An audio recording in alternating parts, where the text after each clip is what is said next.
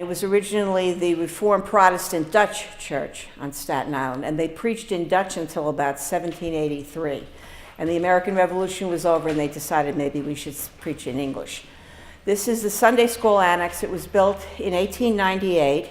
It was designed by a fellow named Oscar Thiel, who was not only an architect, he was a magician, and he was Houdini's associate. He designed Houdini's tomb, which is out in Queens.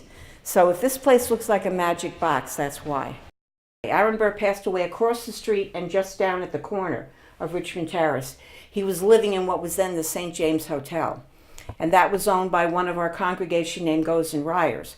Goes and Ryers was a quartermaster for the British. Joshua Mercereau was a quartermaster for the Americans. So you can imagine when the war was over, these two men got together and rebuilt the church. The original church, built in 1717, was burned to the ground by the British because we were a point of sedition. We're on the battle map for the Battle of Brooklyn as Dutch church. Now, stay away from them. And then we built the second, so Goes and Ryers and Joshua Mercereau got together and built the second church in 1787.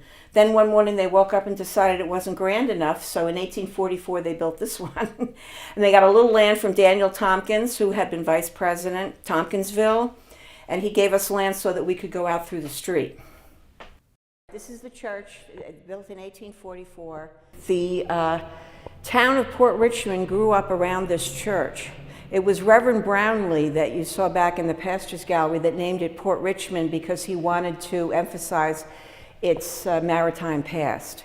This holds 500 people.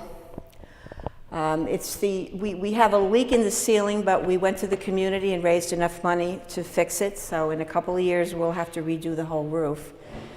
But the building is solid, and it's definitely going to go well. It's going to get through the 21st century, no problem.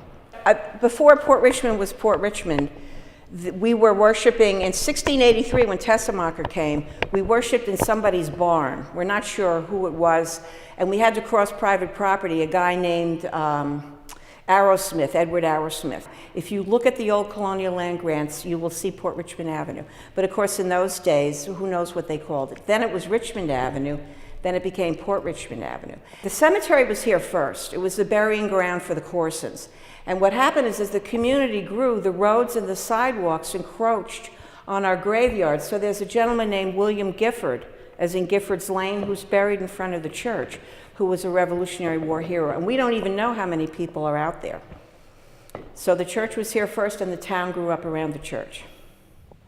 So we created Port Richmond, not the other way around.